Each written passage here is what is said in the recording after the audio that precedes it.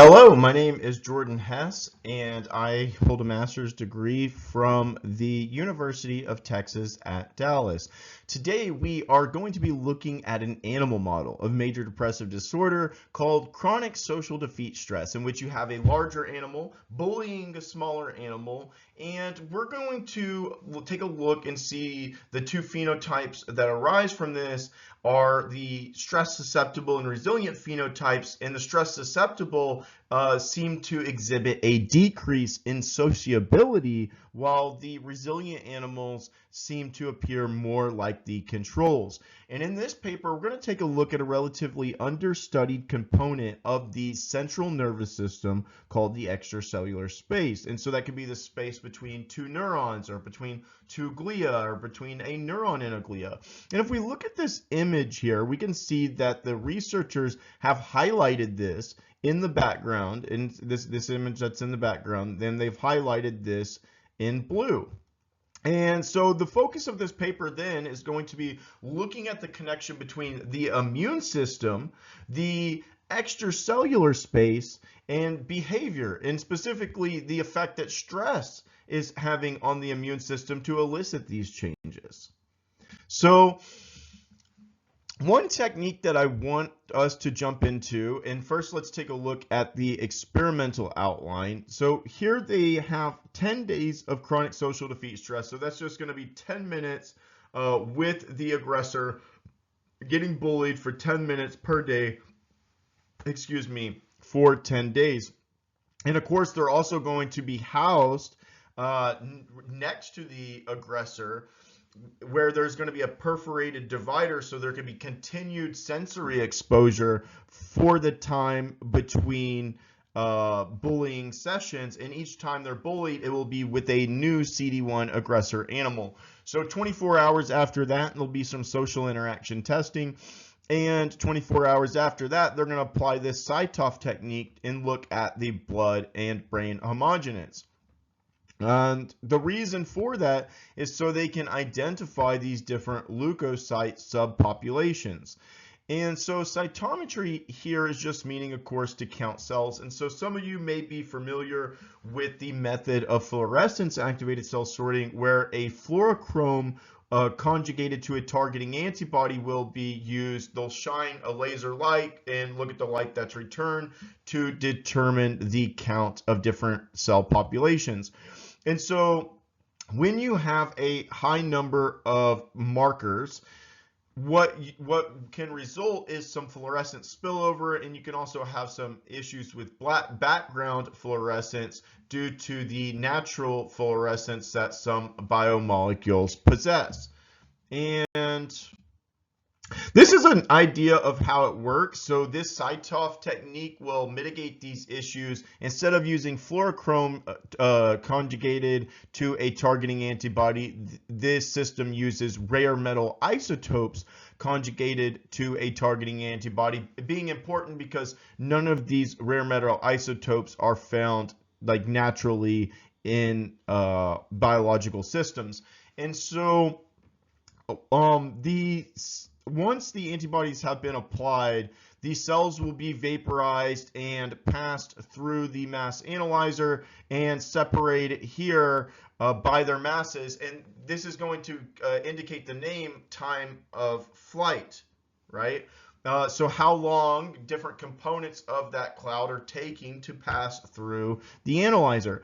And so then data analysis will be performed. And so before we get into the output of that, let's take a look at the gating strategy.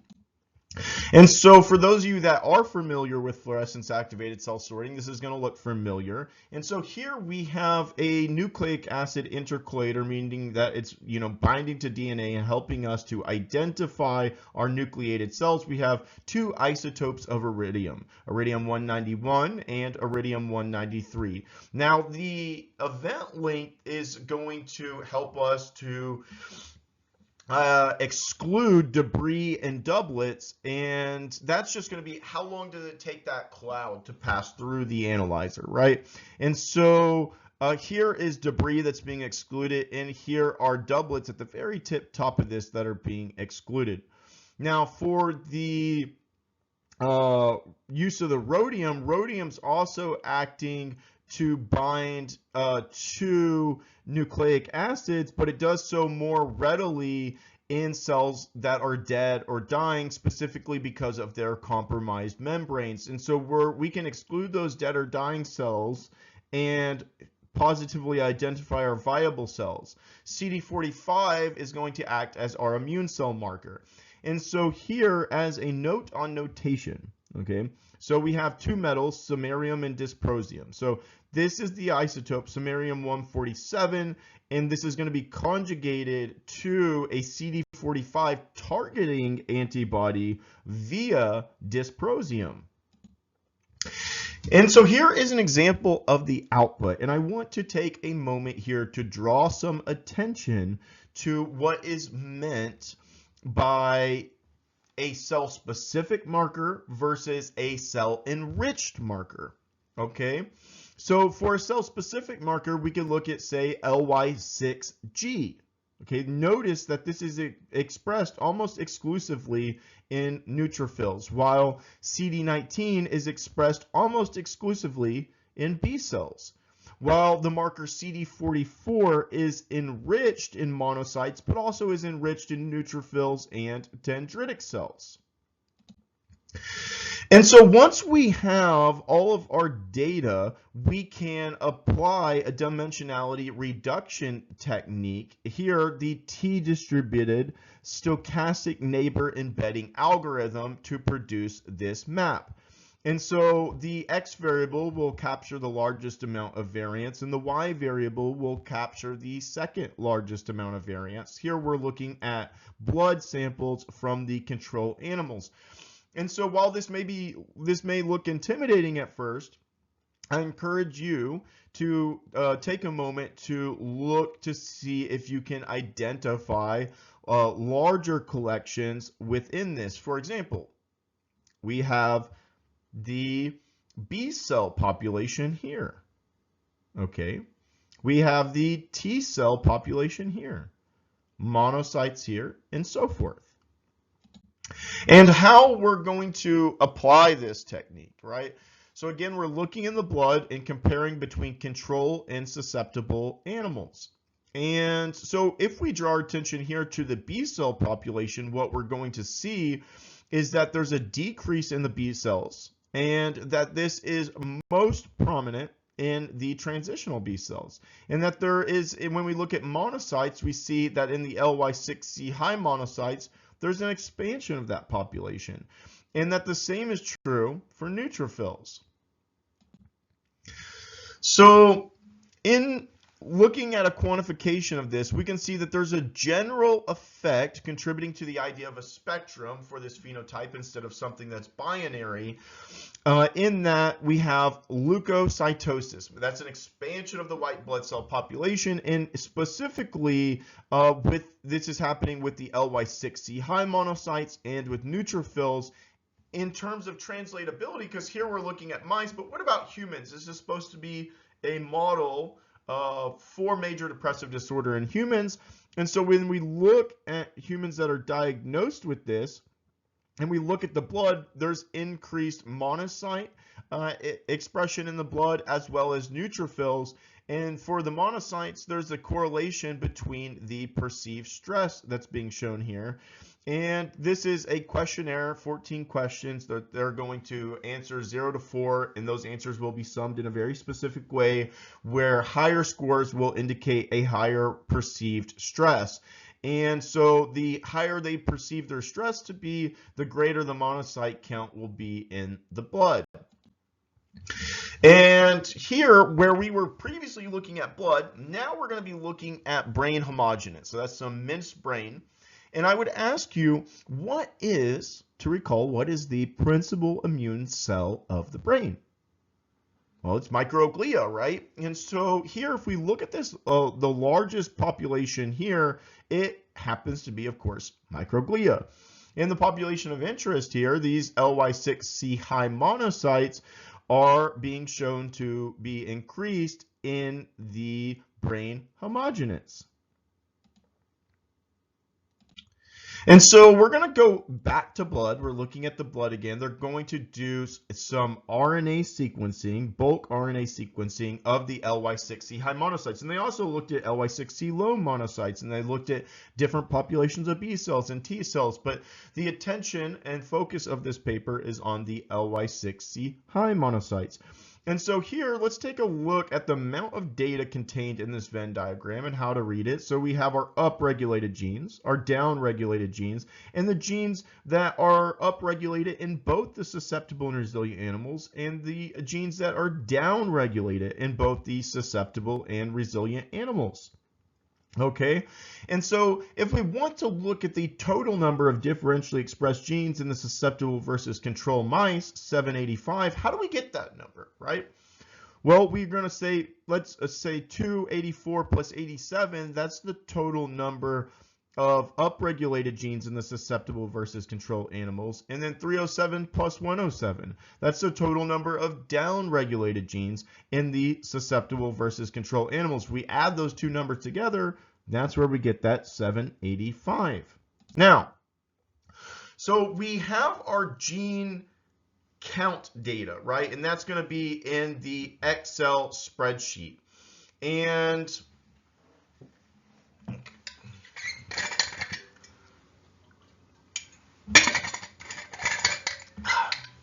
so once we have our gene count data, what we can do, we can go through each gene. So we can do some analysis to determine which genes are significantly differentially expressed.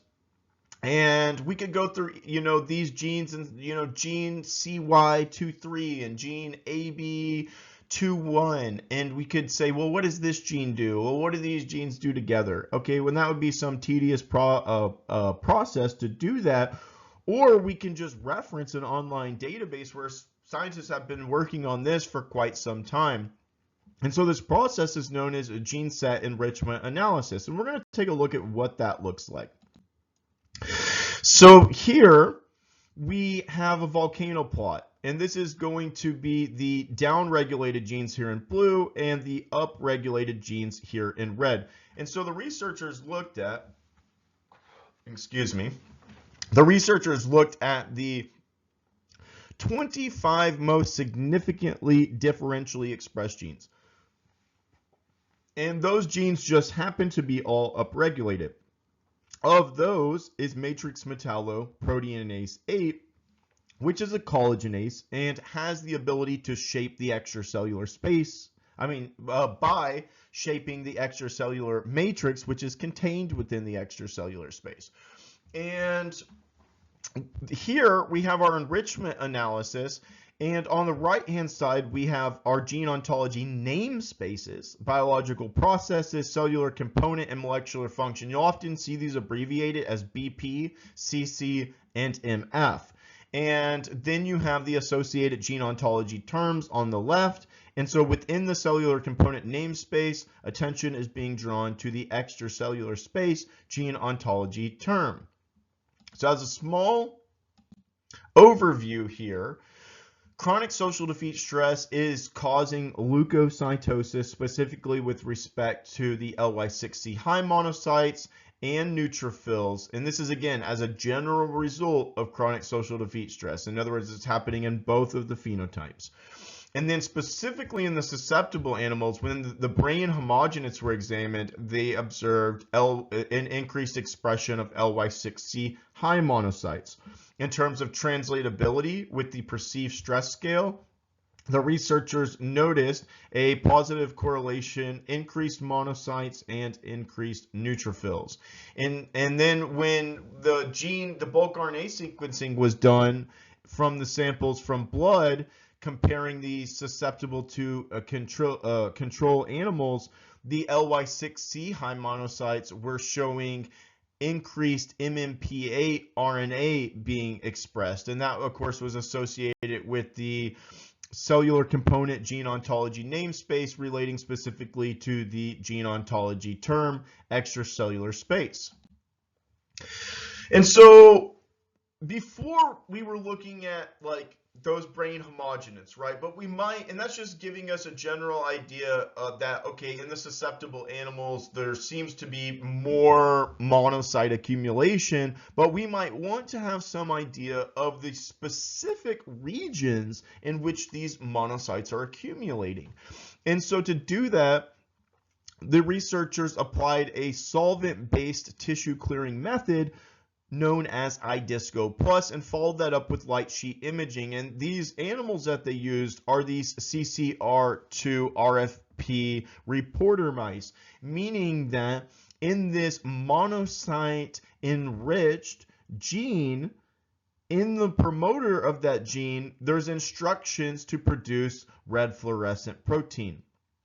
Okay, and when the researchers looked at whole brain, they found similar to what was found previously, increased counts of monocytes in the susceptible animals, and there was a negative correlation with social interaction ratio such that the more sociable the animals were, the lower the count of monocytes.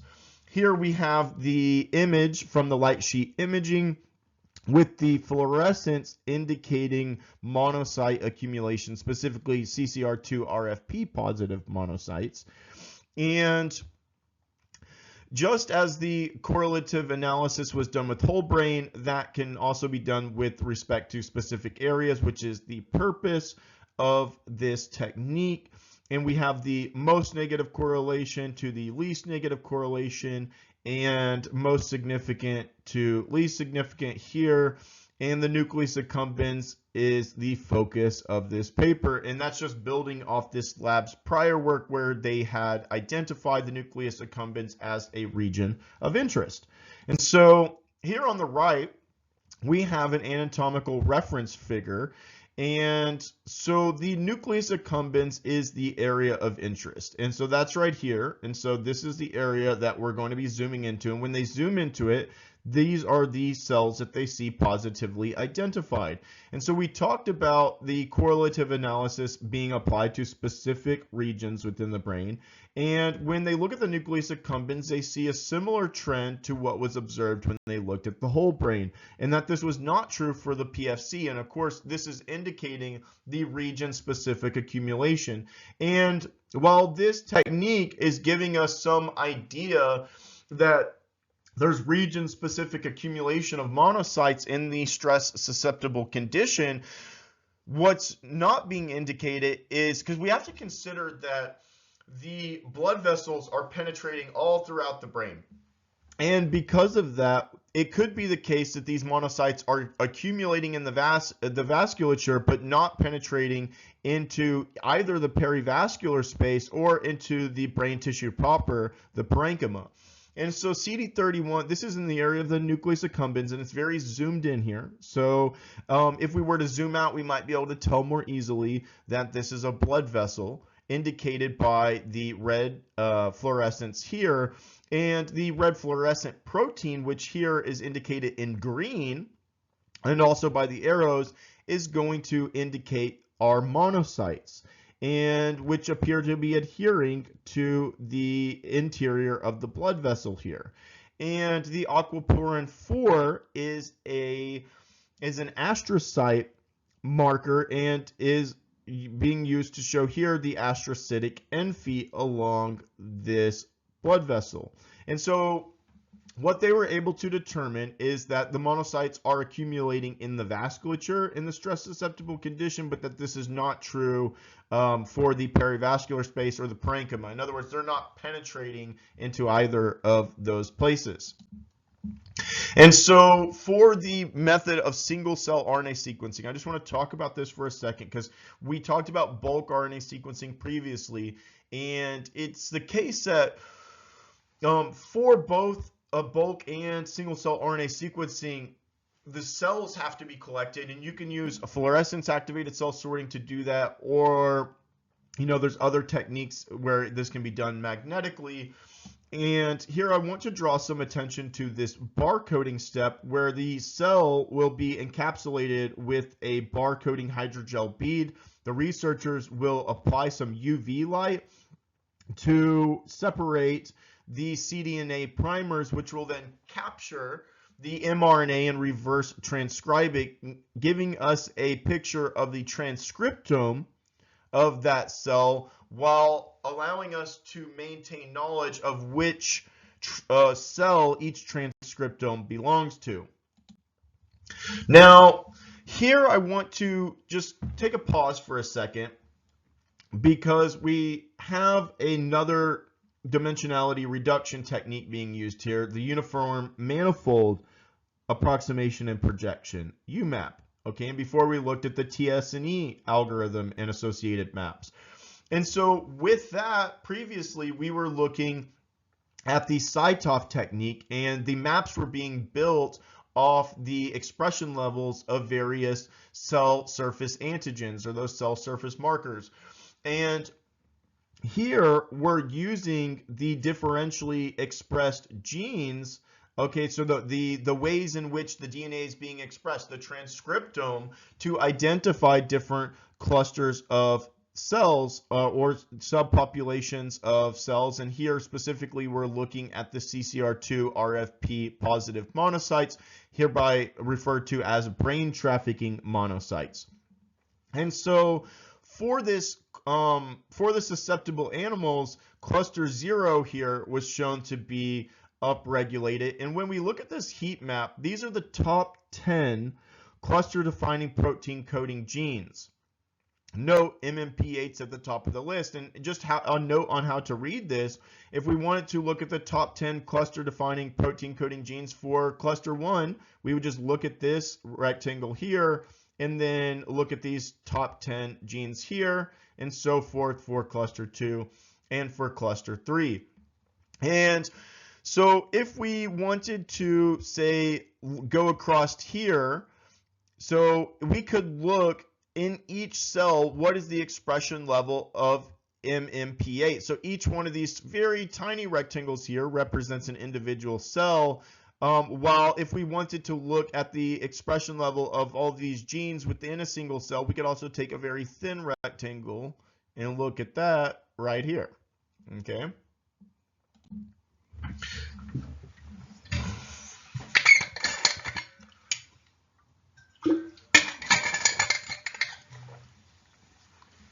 All right.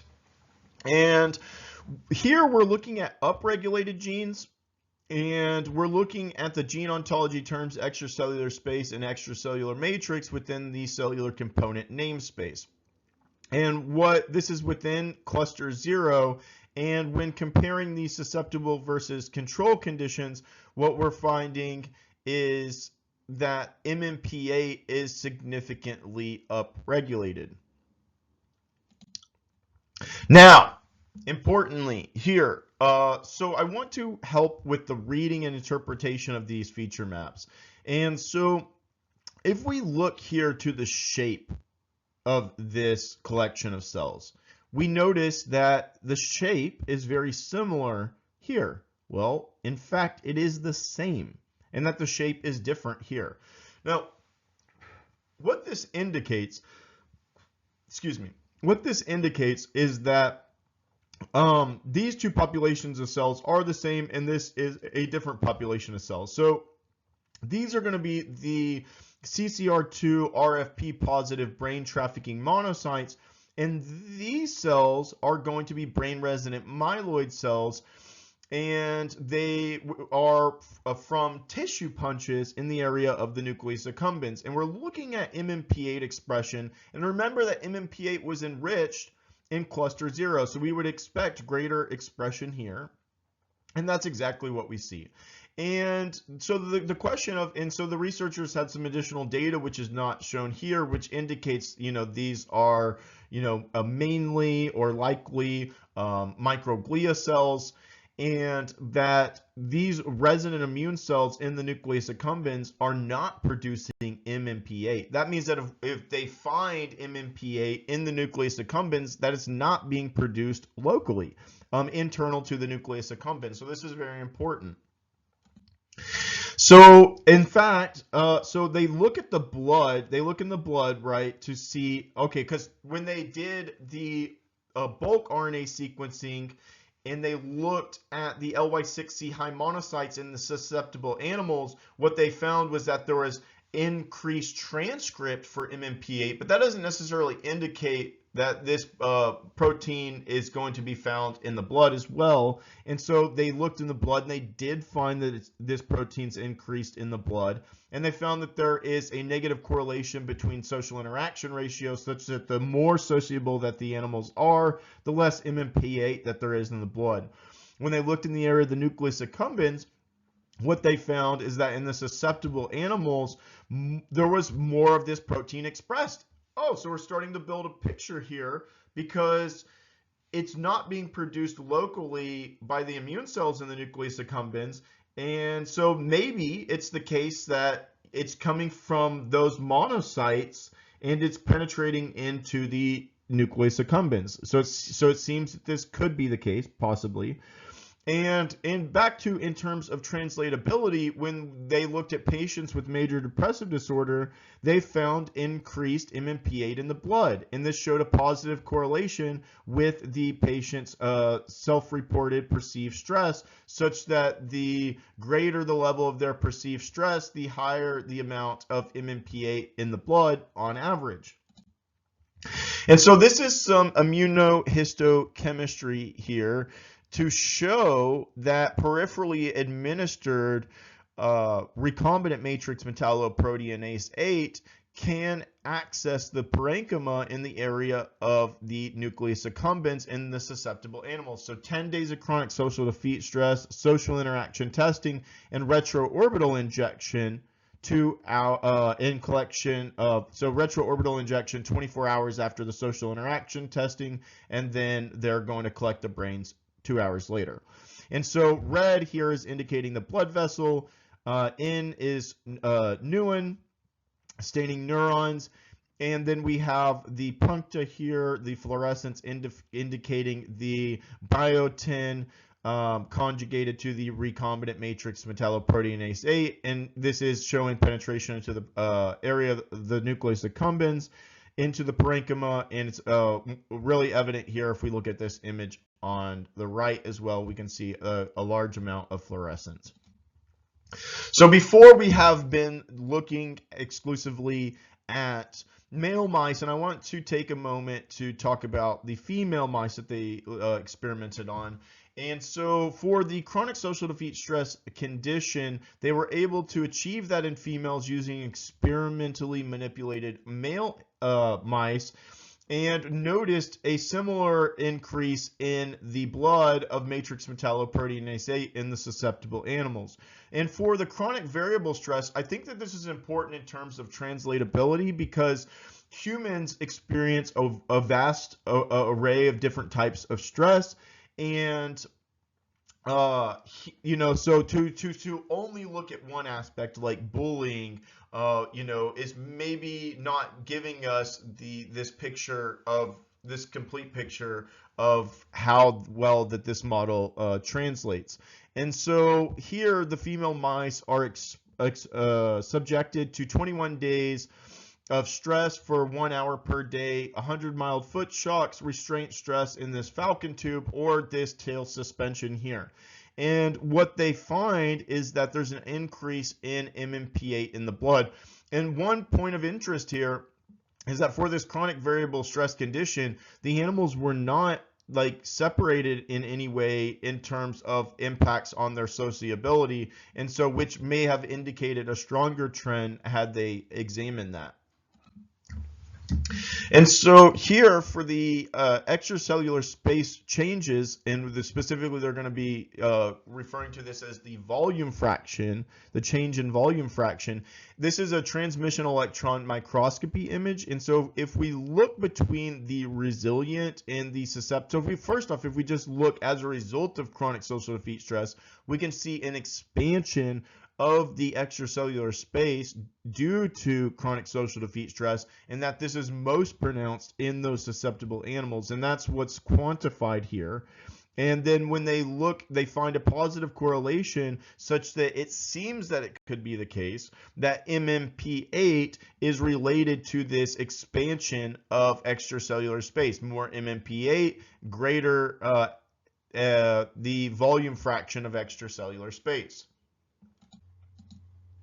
Here we are going to be looking at perineuronal nets, and perineuronal nets are a substructure within the extracellular matrix.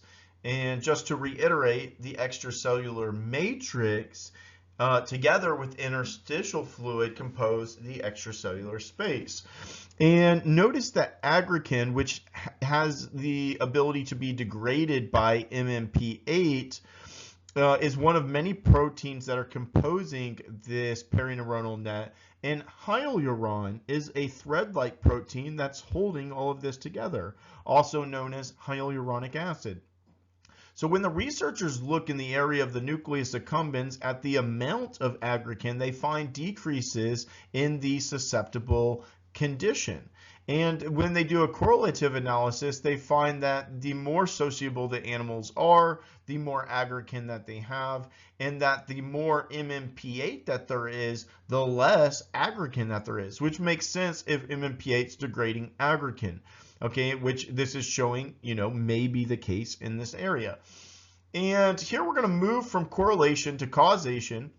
Notice in this experimental outline, there is no chronic social defeat stress occurring, but instead there's 10 days of daily infusions of hyase, which is a proteinase that degrades hyaluron. And so hyase is also known as hyaluronidase, okay? And they'll do some social interaction testing, and what's observed is in the hyase infused animals, there is a decrease in sociability relative to the saline infused animals. And this is very important because it shows that direct manipulation of the extracellular space is sufficient to drive changes in behavior. And so here, again, along the lines of moving more from correlation to causation, the researchers are looking at peripherally administered MMP8, the recombinant matrix metalloproteinase 8. And before, the researchers were looking at retroorbital injections. Here, they're intraperitoneal injections into the gut. And the paradigm here is social condition place preference. So we have a 3-chamber apparatus here with the middle chamber being a neutral chamber, and then we have these 2 adjacent chambers, each having distinct walls and floors. And so on the pretest day, the animals will be allowed to freely explore for 20 minutes. And then we have, and so any preferences or biases in the animals will be accounted for when the researchers move to the conditioning days. And so in the conditioning days, for 15 minutes during the morning, they will be paired with a same-sex juvenile of 4 to 5 weeks of age. Okay. And in the afternoon, they will have their unpaired session. And then after these 4 days, they will be allowed to freely explore again for 20 minutes. Okay, and this is referred to as the test day. And here's the image for the vehicle and for the recombinant matrix metalloproteinase 8. And if we look at the left-hand side of each of these images, we don't expect there to be much difference here between these for the paired and unpaired rooms. But what we find is that afterwards, the animals end up developing a preference for the room that they were meeting the juvenile animal in. And so you could kind of think about this as like, oh, the animal made friends with another animal in that room, and so they end up liking that room better, right? And what's interesting is that in the case of the recombinant matrix metalloproteinase 8 administered peripherally and combined with a subthreshold chronic social defeat stress, so instead of 10 days, 10 minutes of being bullied each day, we have 3 days, 10 minutes being bullied each day. We see a decrease in this association that was otherwise being made. And for these bone marrow transplants, okay, so here I want to talk about a difference here. So these animals were originally thought to be chongenic, differing only at the CD45 locus. So you have the CD45.1 animals and the CD45.2 animals. So some recent research suggests that there's some more changes in these animals that were previously thought, but so now I want to just take a moment, though, to talk about what's happening here. So in these CD45.1 animals, the researchers need to remove the native immune system here, so to the best of their ability, and so they're going to deliver radiation to these animals in 2 doses of 5.5 grays delivered over 3 to 4 hours. And then they're going to collect from the CD45.2 animals, and notice that these can be wild type animals or they can be MMP8 null animals, and they'll collect hematopoietic stem cells from either the femur or from the tibia. And so 1 hour after the radiation treatment is complete, they will retroorbitally administer these hematopoietic stem cells. Okay, and so the success of the bone marrow transplant is measured by the proportion of CD45 positive cells that are the ones that have been adopted. And so notice that there's about an 85 to 90% success rate, meaning only about 10 to 15% of the CD45 positive cells are from the host original immune system. And then here, and notice here's the key at the top, and these 2 bars, if they were there, would be a brown and red. And they're both sitting at about 0, indicating the success of the MMP8 knockout bone marrow transplant animals. Okay, and when they measured sociability, what they found was that in the MMP8 knockout animals, these animals are seeming more like control. And so this is some indication of causation. The MMP8 is coming from the peripheral immune cells and leading to the changes in sociability. So this is a very important result here. And they're seeing a similar effect here when instead of doing the social interaction test with the CD1 aggressor, they're instead doing the social interaction test with a same-sex juvenile of 4 to 6 weeks age. Okay, and this last image here is also very important because it's showing that the changes in extracellular space that are occurring and they don't write chronic social defeat stress here, but these are the chronic social defeat stress conditions as seen in the key here. And so they're showing that the changes that to extracellular space that are occurring are as a result of peripherally derived MMP8 that's coming from the immune cells. So 2 very important images here. So here we're going to be looking at constitutive knockout mice, meaning that every cell in these mice will not be expressing MMP8. And the reason for doing some neurophysiology experiments here is that it was previously shown that changes in the extracellular space volume fraction could lead to changes in neuronal excitability. And so they're doing ex vivo patch clamp recordings in the area of the nucleus accumbens. And so here we're looking at action potential frequency as different amounts of current are being applied.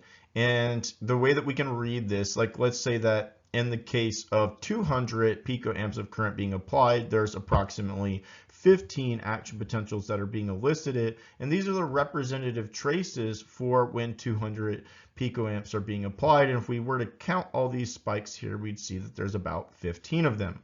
Now, importantly, in the case of the control constitutive knockout condition, we see that there's no apparent change in the excitability in these animals. And so that's telling us that just knocking out MMP8 alone is not really sufficient to change anything. So that's good. And in the case of the chronic social defeat stress condition, whereas normally there's an increase in excitability in the area of the nucleus accumbens, that this is not observed in the constitutive knockout animals. And that tells us that there could be some role here for MMP8 causing the changes in neuronal excitability. This is further supported by looking at spontaneous excitatory postsynaptic currents, in that these are also increased. These are the representative traces that go along with this image.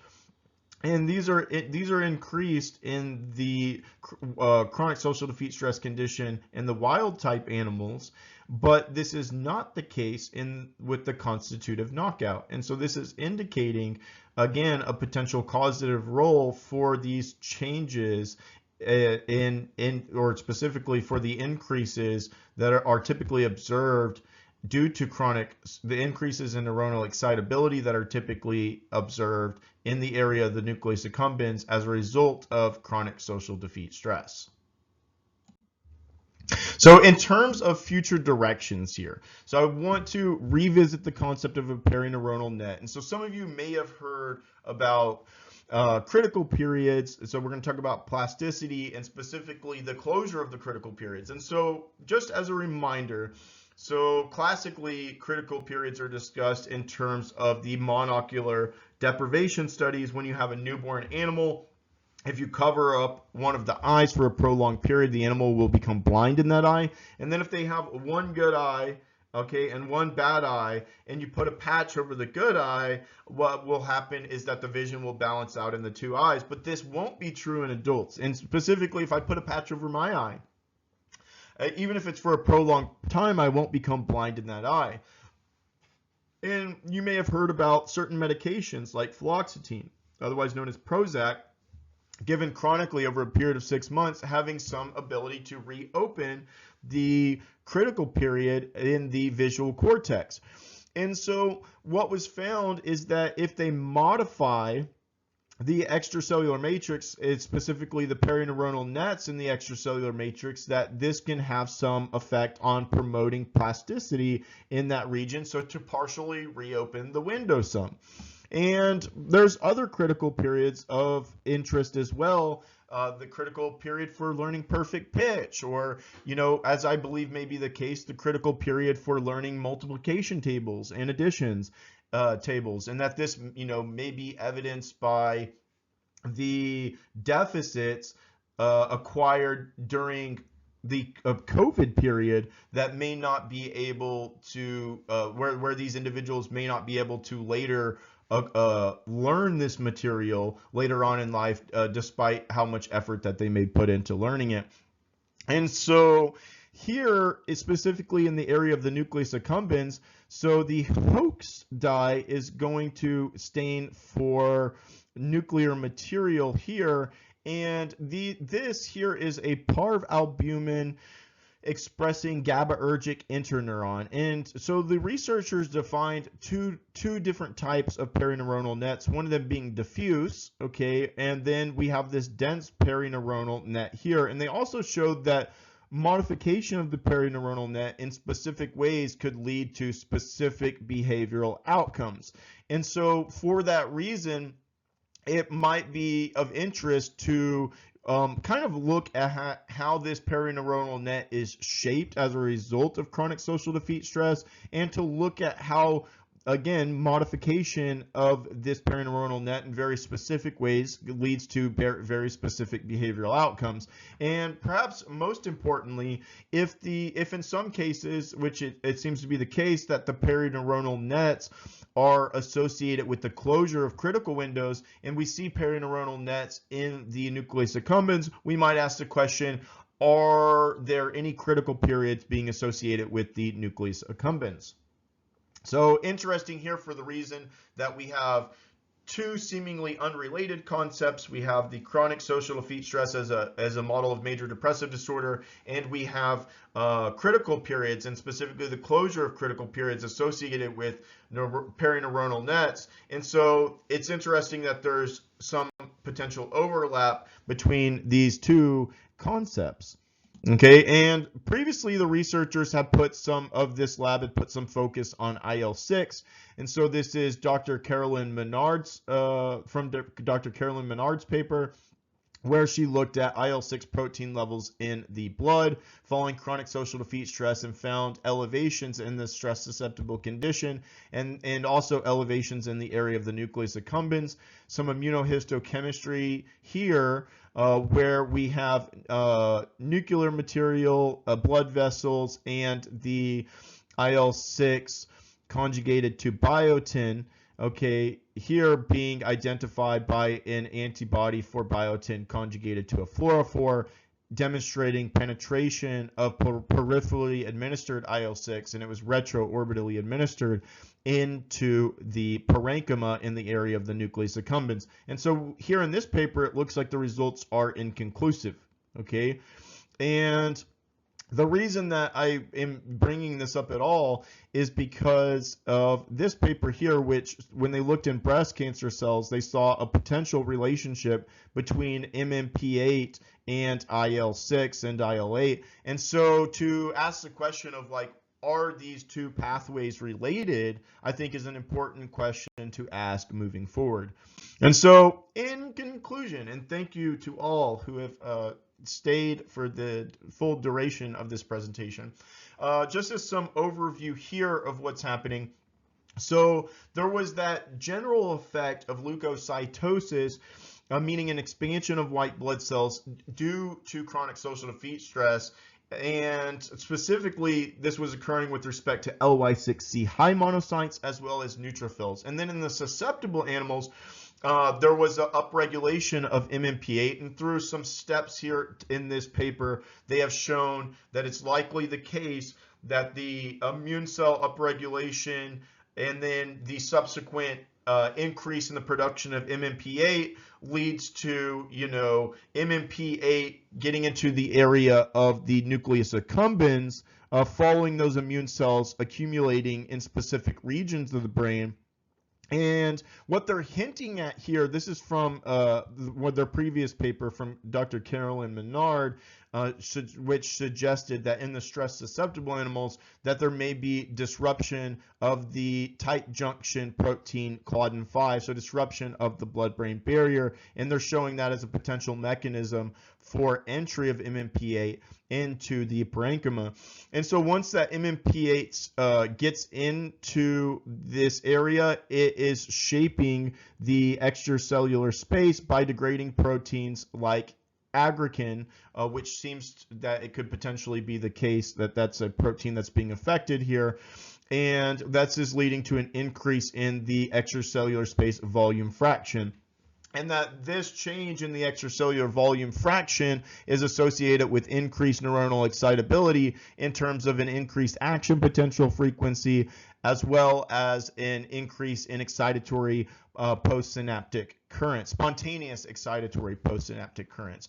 And that the net effect of all of this is a decrease in sociability in the animals that are displaying the stress susceptible phenotype. Thank you again. Make sure to like and subscribe, and I will try to post more content in the future. Thank you for coming to this talk, and I hope that you have a wonderful rest of your day.